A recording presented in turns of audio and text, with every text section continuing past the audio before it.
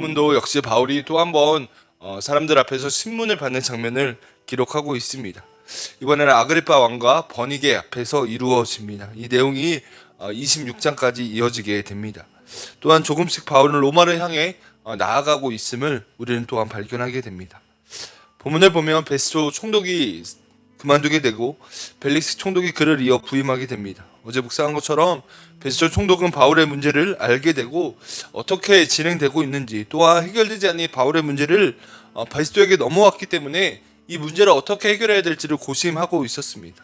그 가운데 오늘 본문 13절을 보면 아그리파 왕과 버니게가 이 베스토 총독에게 찾아옵니다. 성경은 이들의 분명한 방문 목적을 이야기하는데 13절은 문안하기 위함이었다라고 얘기합니다. 베스토가 부임하고 그에게 인사하러 오는 것, 이것은 당시의 관례대로 그렇게 이루어지는 문안 인사였다라는 것입니다. 여러분, 이 아그리파 왕과 버니게가 누구일까요? 성경에는 이 헤롯 아그리파가 두 명이 나옵니다. 첫 번째는 아그리파 왕 1세인데 이 사람은 우리가 잘 아는 것처럼 주님의 제자였던 야고보의 목을 벤 사람입니다. 그래서 결국 벌레에 먹혀서 죽게 되지요. 그리고 오늘 본문에 등장하는 아그리파 왕은 그 야고보를 죽인 그 아그리파의 아들입니다. 그리고 버니게는 그의 누이입니다. 그러니까 이 야고보를 죽인 아그리파의 아들과 딸이었다라는 겁니다.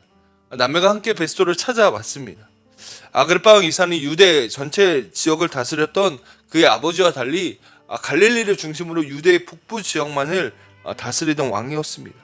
베스토와의 만남을 통해 바울에 대해 듣게 되었고, 이 바울에 대한 이야기로 인해 아그리파와 버니게는 이 베스토를 만나고 그들이 나눈 이야기가 오늘 본문의 내용입니다. 저는 오늘 본문의 내용을 통과해서 두 가지 사실을 주목하여 묵상하고 함께 기도하려고 합니다. 첫 번째는 바울이 한 번 더 복음 전할 기회가 생겼다라는 것입니다.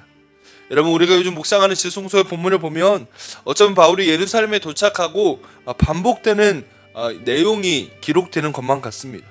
바울이 죄가 없는데 사람들 앞에 끌려가게 되고 죄인 취급받고 신문을 받게 된다, 이런 내용이 계속 반복되고 있습니다. 벨릭스 총독에게 그리고 베스도에게 오늘 본문을 보면 아그리파와 버니게 앞에서 똑같은 내용, 바울의 변명과 또한 이들을 향한 신문이 반복되어지고 있습니다. 이런 베스도가 이 아그리파와 버니게에게 바울에 대해 이야기한 이유는 분명합니다. 유대에 대해 잘 모르기 때문입니다. 이런 베스도가 부임한 지 얼마 안 되었습니다. 업무 파악도 얼마 안 되었는데 해결되지 않는 바울의 문제가 너무나 큰 것입니다. 로마 황제에게 이 사실을 고하여야 하는데, 이유를 적어서 알려야 하는데 그 이유를 알지 못하는 겁니다. 오늘 본문 26절을 보면 이러한 말씀이 있습니다.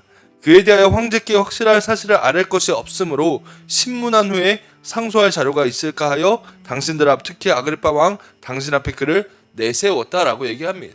신문할 자료, 황제에게 이거 어떠한 제목이 있는지를 알려야 하는데 죄를 찾지 못해 이 문제를 가지고 왔다라는 겁니다. 그리고 27절을 보면 그 제목도 밝히지 아니하고 죄수를 보내는 것이 무리인 줄 알았다라고 얘기합니다. 여러분, 죄인이 아닌데 이 죄의 제목을 찾으려고 하니 너무나 힘이 들어 아그리파와 버니게는 유대에 대해 잘 알고 있었기 때문에 그들에게 바울의 문제를 이야기했다는 것입니다. 14절부터 그 이야기가 시작됩니다. 여러분, 20절을 보면 이렇게 얘기합니다. 내가 이 일에 대해 어떻게 심리할지를 몰라 바울에게 묻되 라고 얘기합니다. 어떻게 처리해야 될지 모르겠다라고 얘기합니다. 22절도 베스도의 이야기를 들은 아그리파와 버니게는 바울을 직접 만나겠다라고 얘기합니다. 22절입니다. 아그리파가 베스도에게 이르되 나도 이 사람의 말을 듣고자 하노라. 베스도가 이르되 내일 들으시리이다 라고 얘기합니다. 그래서 그 다음날 이 아그리파와 버니게는 바울을 만나기로 합니다. 여러분, 왜 바울은 똑같은 이야기를 반복하고 있을까요? 26장에 보면 바울이 어떻게 예수님을 만났는지 복음을 전하고 있습니다. 저는 본문을 묵상하면서 이러한 생각을 하게 되었습니다. 바울의 이야기를 계속 듣는 사람이 있었다는 것입니다. 이런 바울의 입장에서는 같은 얘기를 반복하는 것 같습니다. 사람만 바뀌고 똑같은 얘기를 반복하는 것 같지만 내가 어떻게 부활하신 예수님을 만났고 바울이 만난 예수님이 어떠한 분이신지를 똑같이 반복하는 것 같습니다. 그러나 이 바울의 이야기를 듣고 이 복음이 무엇인지, 예수님이 어떠한 분이신지를 듣는 사람들이 계속해서 있었다라는 것입니다. 실제로 24장을 보면 벨릭스의 아내도 복음에 대해 관심을 가지게 되었다라고 얘기합니다. 여러분, 바로 로마로 갈 수 있지 않았을까요?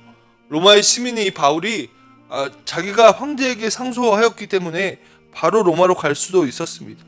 그러나 왜 계속 예루살렘에 머물러서 이러한 신문, 벨릭스, 베스도, 아그리파, 버니게까지 끊임없는 신문과 자신을 변호하는 과정이 있었을까요?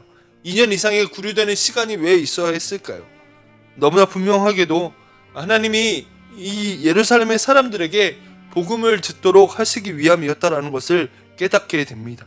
여러분, 유대인들에게, 그리고 그곳에 모인 수많은 사람들에게 자신이 어떻게 주님을 만났고 주의 복음이 무엇인지를 전하도록 하시기 위해 이 바울을 입술을 통해 끊임없이 주의 복음을 전하며 자신을 변호하게 하셨다라는 것입니다. 여러분, 우리에게도 동일한 상황과 그런 은혜가 있게 되기를 간절히 축복합니다. 때로는 이해하기 힘든 고난과 어려움이 우리에게 찾아오기도 합니다. 그 시간을 빨리 벗어나고 싶습니다. 마치 바울이 로마로 가고 싶은 것처럼 말입니다. 그러나 하나님은 그 가운데서도 하나님의 일을 하셨다라는 것입니다. 복음이 계속 선포되게 하셨고 사람들에게 들려지게 하셨습니다. 우리의 어려움 속에서도 하나님, 우리가 상상하지 못하는 그런 하나님의 일들을 이루고 계신다라는 믿음이 우리 안에 있게 되기를 간절히 축복합니다. 바울이 빨리 로마에 가지 않았기에 계속해서 예루살렘에서 복음이 전해지게 되었다라는 것입니다. 복음을 듣게 되었다라는 것입니다. 여러분, 우리의 삶에서도 이와 같은 역사가 일어나기를 축복합니다. 두 번째는 진짜 권세가 무엇인지를 우리에게 보여주고 있다는 것입니다. 23절의 말씀입니다. 이튿날 아그리파와 버니게가 크게 위험을 갖추고 와서 천부장들과 시중의 높은 사람들을 함께 접견 장소에 들어오고 베스도의 명으로 바울을 데려오니 라고 얘기합니다. 이튿날이 되어서 약속대로 이 베스도가 아그리파와 버니게 그리고 바울을 만나게 합니다. 그런데 23절을 보면 아그리파와 버니게의 등장이 참 화려하게 묘사되어 있습니다. 크게 위험을 갖추고 있다라고 말하고 그 옆에 사람들을 대동하고 왔다라고 얘기합니다. 천부장, 그러니까 로마의 1000명을 다스리는 이 군대의 장관과 시중을 드는 높은 사람들이 그들과 함께 했다라고 얘기합니다. 왕으로서 권위와 위엄을 최대한 치장하고 사람들 앞에 나타난 것입니다. 그에 비해 23절 끝에 보면 바울은 베스도의 명령에 의해서 이 사람들 앞에 나와왔습니다. 죄인의 신분으로 끌려 나온 것입니다. 화려한 옷이 아니라 죄수복을 입고 나와왔습니다. 여러분, 아그리파와 이 바울의 모습이 대조되고 있다는 것입니다. 화려한 아그리파의 왕의 옷과 초라한 바울의 죄수복 말입니다.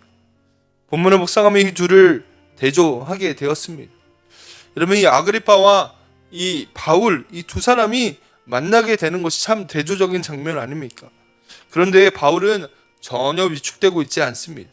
무엇 때문이냐면 그가 가지고 있던 이 복음에 대한 확신과 하나님의 부르심에 대한 분명한 소망이 있었기 때문입니다. 내가 지금 죄인의 신분으로 사람들 앞에 서 있지만 내 안에 주님의 부르심과 로마로 가서도 내가 어느 곳에서도 십자가의 복음을 전해야 한다는 그 부르심의 소망이 어떠한 권세도 바울을 넘어뜨릴 수 없었다는 것입니다.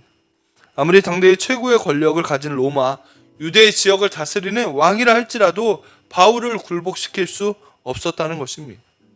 여러분, 우리가 가지고 싶어하는 것이 무엇입니까? 아그리파와 버니게가 뽐냈던 화려한 권세와 수려한 옷이 아닙니까? 사람들이 주목하고 우러러보는 그러한 것 말입니다.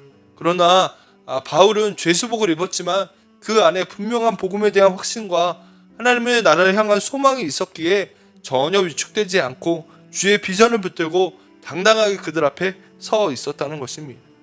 여러분, 저는 이것이 진짜 그리스도인의 능력인 줄로 믿습니다. 바울의 모습 속에서 우리도 동일한 믿음으로 반응케 되어지기를 간절히 축복합니다. 하나님, 우리가 화려한 옷과 수려한 그런 옷들과 권세들을 바라보는 것이 아니라 십자가 복음의 능력, 내 안에 어떠한 권세도 굴복시킬 수 없는 그 복음의 능력을 붙들고 부르심의 소망 가운데 살아가는 이 바울과 같은 믿음의 사람이 되게 해달라고, 그 크고 놀라운 그 은혜와 그 능력을 붙들고 살아가는 믿음의 성도들이 되기를 원한다고 기도하며 간구하는 저와 여러분들이 되기를 간절히 축복합니다. 기도하겠습니다.